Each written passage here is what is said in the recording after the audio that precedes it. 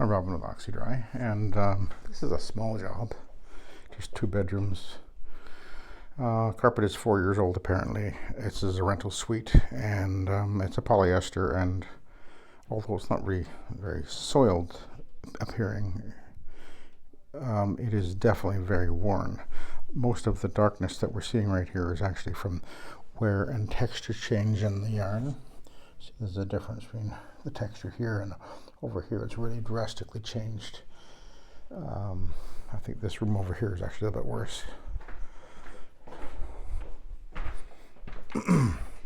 This dark appearance here, although there's definitely soiling here, and you can actually see the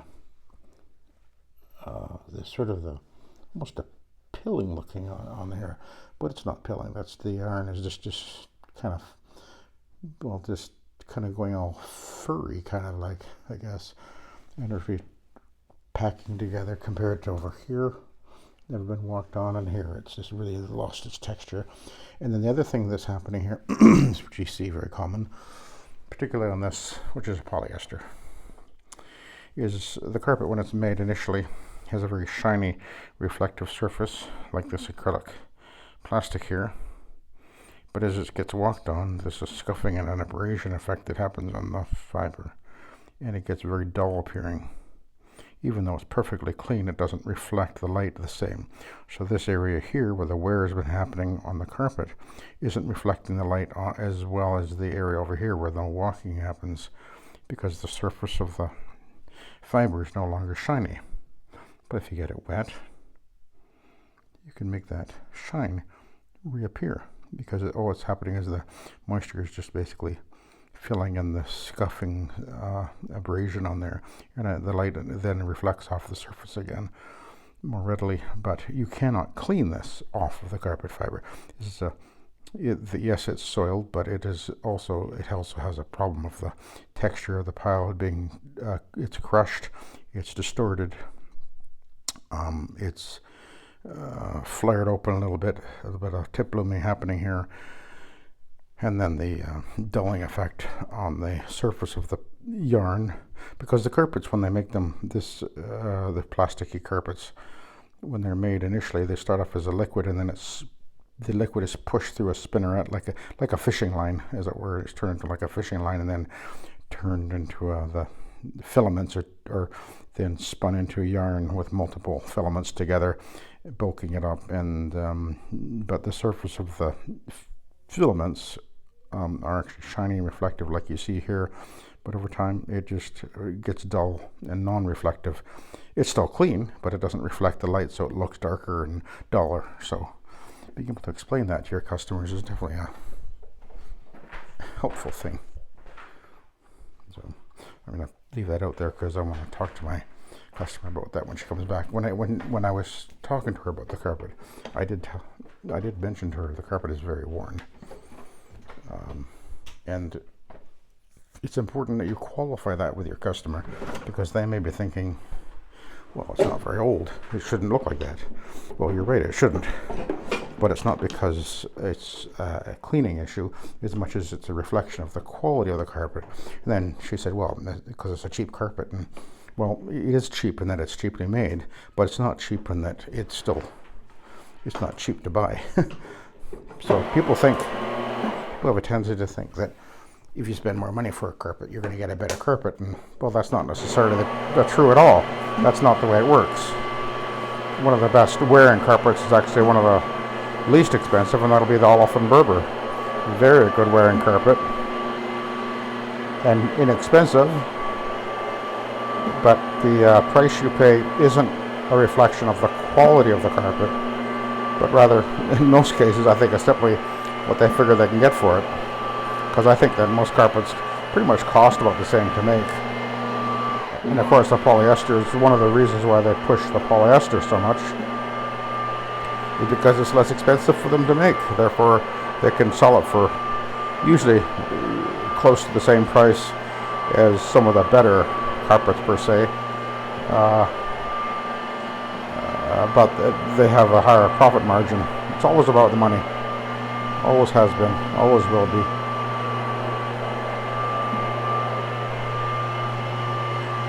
Same like cars, you know. They got one car sitting beside the other, and one is $20,000 or $30,000 more than the other, and there's really not much difference with them, except people know people want this one more, so we're going to charge more for it. Doesn't make it a better vehicle. It might be exactly the same underneath, and maybe a few different, different grille on the front and slightly different interior, and then they jack the price up $10,000 or more. Anyway, don't get me going. I was thinking about that actually the other day about my van that I bought now, and how that they're saying that so many vehicles are the resale value of them is just dropping out so terribly now. People are paying such a huge amount of money for their vehicles, then 5 years later it's lost 50% or more of the actual value. And often it's some of these most really fancy kind of cars. One thing I saw the other day was they were talking about the Tesla and how that the way they make them in a very unique way, with the whole back frame of the car is a single cast piece of aluminum, and it's a new technological way of making the frame of the car and whatever. It sounds really impressive and everything, but apparently if the car is involved in an accident and that aluminum subframe, I guess it is, if it gets a crack in it, the car is totaled. Even though they may not be structurally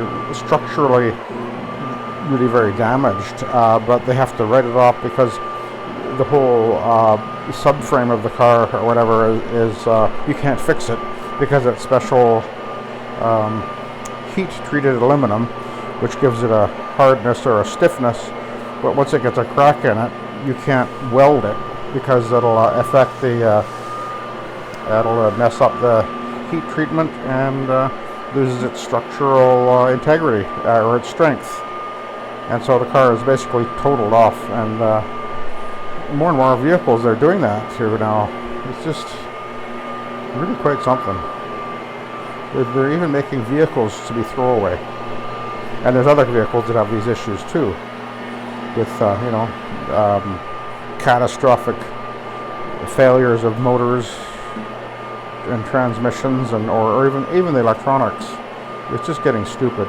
But my van, which is a 21 Nissan NV200, it's a very simple, basic vehicle. It has one known weakness, and that would be the CV transmission, but it's got the newer Nissan-made transmission, which is supposedly quite a bit better, and they say they're good for 150,000 miles, if well cared for, and maybe even more. But that's quite fine. I mean, I doubt don't think I'll even own it to go that long to get to that many miles. I'm putting less than 10,000 miles a year on it, or kilometers a year actually. So it's only got like 40,000. I think I've had it for 5 years, and it's got 40,000, 42,000 kilometers on it now.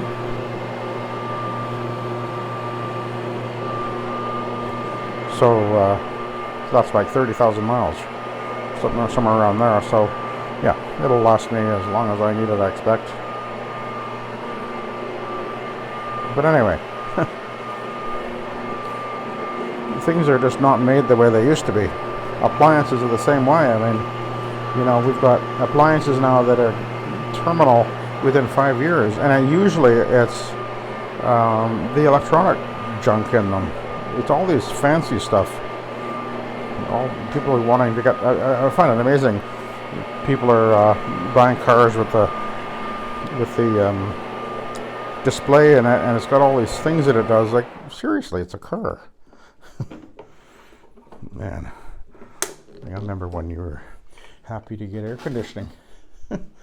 And you had a knob on the dashboard. You turn on the fan, and a lever to slide the control back and forth. That was all connected up with a little cable that went under the dashboard. There was nothing to. All the new cars, they have these modules in there that are vacuum operated, and even those things it cost you $1,000 or $2,000 to replace a $20 part, because you got to take the dashboard apart to get the stupid plastic module in there that has plastic gears in it that end up stripping relatively quickly, and it's like built-in obsolescence, and they really don't want us to keep these things very long. They want us to, throw them away and buy new. They see us only as dollar signs, and that ain't right. Don't get me going. So, anyway. But, back to carpeting. That's basically the same thing that's going on here. They see here we are, we're out cleaning carpets, and the manufacturers only see the people who are buying the carpeting and the flooring or whatever as dollar signs. And they're trying to make it so that everything has a shorter lifespan, so that people are forced to replace these things all the quicker. And these guys don't care if you think, well, I'm not going to buy from that store again, because the stuff, the carpet they sold me was garbage. But the manufacturers, what do we got here? The manufacturers make the carpeting, and they make the tile, and they make the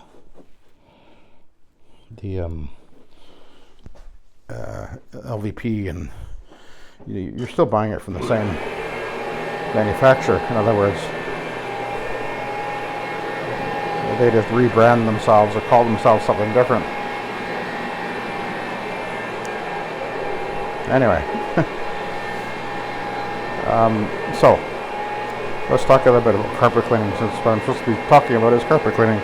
Obviously, I give it a really good vacuuming, and I only saw a couple of stains on the carpet, nothing drastic. There was one over here, which appears to be gone now. And then I used the hogs or fibre pad. I figured that would be the best choice for this particular carpet. And now we're doing the extraction step, and this, of course, is an Ironman pad. I did put a little bit of Odoban in the water, in the tank. I just wanted to leave a slight odor in the carpet, because this is a rental, and who knows what the renters were up to.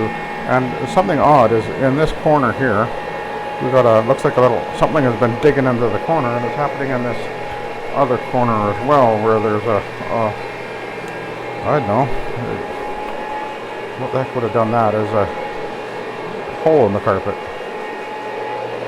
It almost looks like maybe a mouse, I guess. I don't know. I don't have an answer for that. But anyway, so we're gonna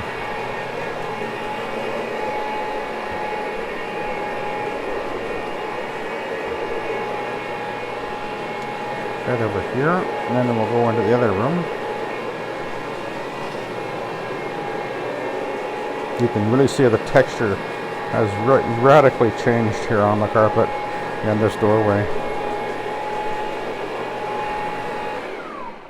Okay, let's go to the next room.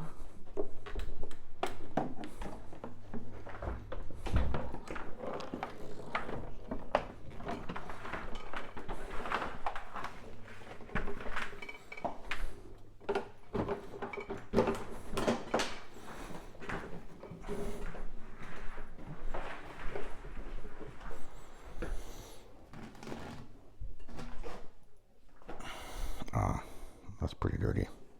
I was thinking it would be.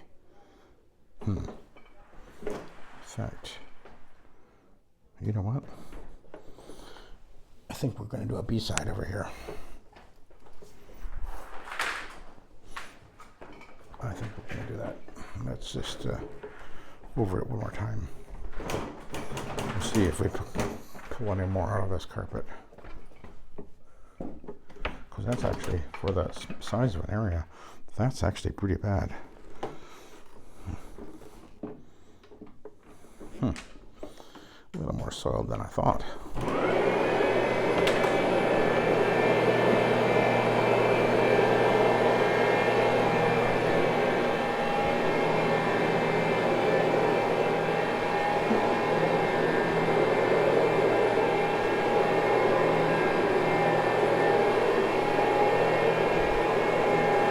And one of the factors that can create this kind of unusual soiling is whatever's being used to clean that LVP floor in the kitchen and the hallway. It could be a residue issue transferring onto the carpet.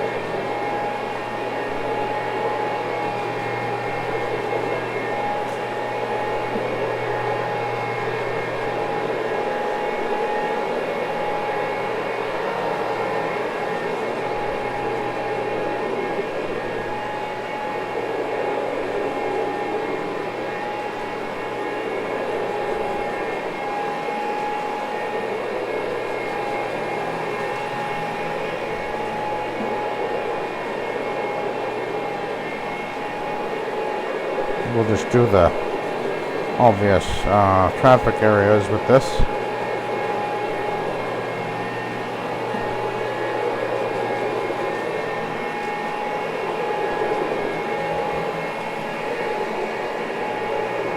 Alright, let's go over here and then we'll take a look.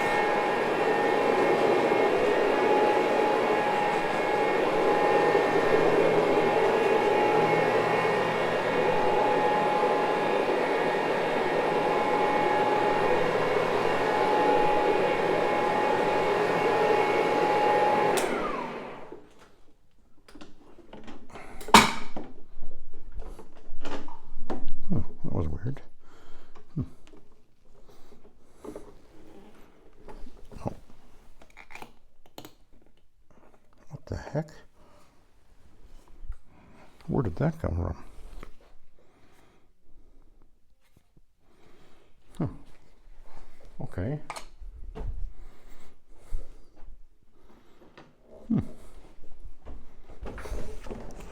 Oh, I think I know where that came from. It didn't come from this job.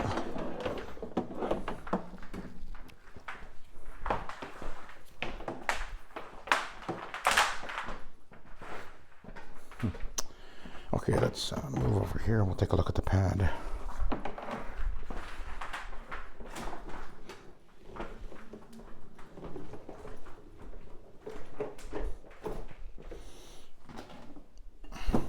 Oh. Okay. Well, okay. What we're going to do is I'm going to go get myself another couple of Ironman pads. We're going to do some additional extracting on this carpet because it's going to need it, obviously. Okay, so I'm going to let you go. Thank you for watching. Have a good day.